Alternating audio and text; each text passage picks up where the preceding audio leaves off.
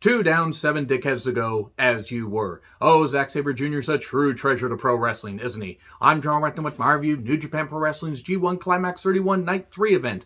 I was originally going to pair those with the Night 4 event tomorrow, but fuck it. I've got some praiseworthy shit to talk about, and also one particular match that I didn't like. I wonder if you can guess. It involves Saka Shit-O-Khan. It always involves Saka Shit-O-Khan, because Saka Shit-O-Khan is, well, a sack of shit, and also O-Khan. I don't care for him, in case you can't tell. Let me know your thoughts on this show in the comments, please, and, well, Naito is out. It's Night Out. That didn't work at all. Sounds like some kind of cop drama that New Japan would try to have happen.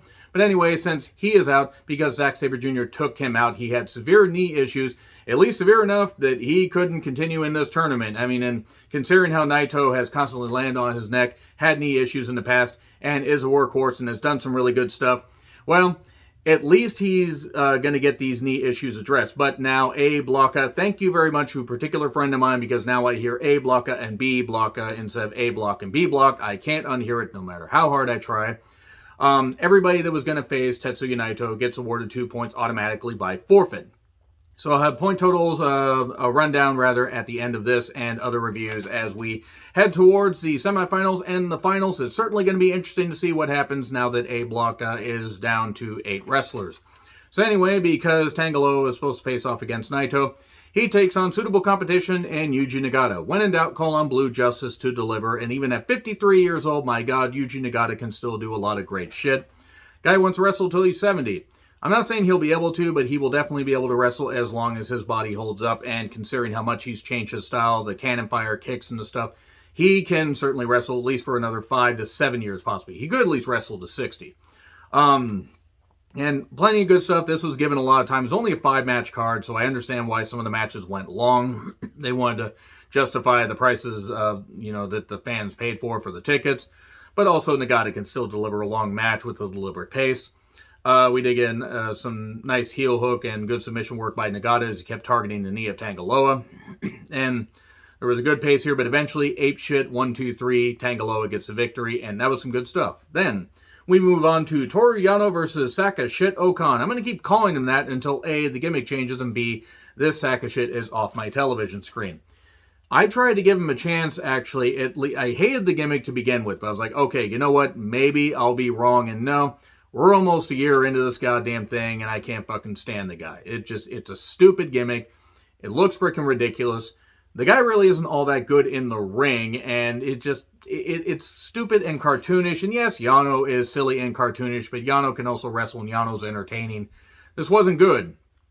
Saka Shit-O-Khan had the ponytail that Yano had, or that he had to cut off after Yano had tied him to the barricade. They kept doing callback stuff and breaking out handcuffs, and this was abysmal. This was fucking abysmal. Yano has been involved in some of the best and worst, and also worst matches in New Japan this year, and that's not even his fault. I mean, he's had to wrestle Saka Shit-O-Khan as well as Human NyQuil Chase Owens, because Owens is just so fucking goddamn boring. God damn it, I gotta watch him and B Block. Great. Fucking great. There's a lot of good shit in both these blocks. In all honesty, there is. I mean, yes, they have some depth issues because of travel restrictions and whatever, but goddamn, I really hope this shit gets addressed and, we can move past most of it. And maybe, hey, Bryan Danielson could be in the G1 next year. And Jon Moxley could be in the G1. And we could get, certain people that don't belong there. Saka Shit-O-Khan and Chase Owens. Let's get back to the praise. Okay, so even though Yano managed to get free from the cuffs, he was not free to do what he wants because he got chokebombed by the Eliminator. And 1, 2, 3. O-Khan wins. Great. Good. This is exactly what people fucking need. Yujiro with Peter took on Kenta. Bullet Club explodes. Who would out-heal the other? Wasn't bad. Yujiro has stepped his game up. I will give him that much cred. He had a decent match against Kotabushi and shockingly beat him. And Kenta, fired up, did, nice psycho knee. And we did get a ref bump, and then we got game over, and Kenta got the victory. It wasn't a bad match. It was inoffensive, but hey, at least it went by quickly, and Yujiro actually, again, hasn't been all that bad. Now we get to Kotabushi versus Tomohiro Ishii. Oh, yes. Why do these guys hate their necks? Why do they? This is freaking brutal. This was, as expected. I don't know how anybody wouldn't have expected this to be brutal. I actually wrote down, will either of them be left standing after this? Barely. The heavy chops and strikes and the kicks and all this and the headbutts and the fact that Tomohiro Ishii is one of the best sellers, if not the best seller in wrestling. Some people could argue that. I will definitely say one of the best sellers, one of the top three, because he takes impactful maneuvers, and sometimes he'll no-sell, and then he'll hit, like a heavy clothesline or a kick, and whatever, but then he'll sell it because it's just that burst of energy. He is truly one of the best and one of the unsung heroes among masses, I guess, as far as wrestling goes. Though a lot of New Japan Pro Wrestling fans praise him, and there are other wrestling fans that praise him, I just feel, it almost feels like he's a little bit underappreciated. Kind of like Goto, though I would rank Ishii just a little bit above Goto. Anyway, very, very good stuff. Delayed superplex by Ishii. They just kept, at one point they were both laying down, and Ishii's just like kicking him in the head like, He's just kicking, hopefully he wasn't making that noise. Slap fight, just good God, the slaps, the strikes, the heavy hands, the amount of shit these guys put their bodies through. Sudden headbutt from out of nowhere. And then we get lariats for 2, and then eventually Kamigoye 1, 2, 3. And Kotabushi picks up his first 2 points, and technically actually picks up 2 more because, again, Tetsuya is night out. Okay, that pun didn't work before, and probably caused everybody to unsubscribe from my channel. Let's move on. Great shit, though. Ibushi and Ishii tore it up. And then we get to Zack Sabre Jr. and Shingo Takagi. And yes, both these guys are going to be in my top 5 for the year as far as favorite wrestlers, because I always enjoy watching Zack Sabre Jr. in the ring. I have no idea how he pulls off these submissions. Shingo Takagi has stepped his game up tremendously, even though he did great in Dragon Gate. I've been seeing some of his matches over the years, or, over the last couple years that he's been part of New Japan and has really stepped up. I see why people praised him. And just seeing him, transition from the junior heavyweight division to the heavyweight division, really, really good stuff. Current IWGP World Heavyweight Champion. And Chris Charlton referenced a match that they had, I want to say it was in Germany. I don't remember if it was in Germany or the UK. I didn't quite catch that. 12 years ago, where Zack Sabre Jr. got beat up. And he just got squashed and whatever. It was like a sub 10 minutes. And that was from 12 years ago. And hey, it played in.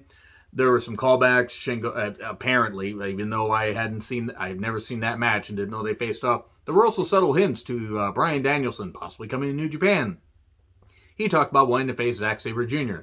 I don't think I'm going to be able to handle that goddamn match if I see it, because it's going to be 2 of the best technical wrestlers in the last 30 fucking years having a goddamn clinic. And putting on a clinic and whatever, and building a goddamn clinic to put on top of the clinic that they already were creating. So, good pace and strikes and really, really good shit. Zack Sabre Jr. pulling these submissions out of nowhere. And he kept targeting the arm, so that kept playing into the pumping bomber not being as effective, or if Shingo would get a burst of energy and hit it, he'd have to sell it. Trap in the ropes, Zack's driver, and then made in Japan for 2. Pumping bomber, but he's selling the arm. Zack, he gets a trap and a triangle and everything, and it looks like Shingo's going to get out. We're sub 3 minutes, before the time limit. And then he jerks up on it, and suddenly Shingo taps out. The IWGP World Heavyweight Champion taps out. Unfucking believable. Really good shit, and the fact that Zack Sabre Jr. is having this banner gear, that was a big moment. He's obviously not going to beat Shingo when they have a rematch. Probably a power struggle, I would imagine. But still good stuff. These are the point totals as far as I know. So Naito is out. Kotabushi has 4. Shingo Takagi has 4. Zack Sabre Jr. has 4. And Great Okan, I believe, has 4. And Toriyano has 4. Ishii has 2. Kenta has 4. Tangaloa has 2. And Yujiro Takahashi has 4. So that's basically it right there. So pretty much it's going to take 12 to be in the running, and I think 14 to 16 possibly to win the whole damn thing. So anyway, let me know your thoughts in the comments. Like, share, subscribe, Twitter handle in the description. I'm John Retlin. I'll see you soon.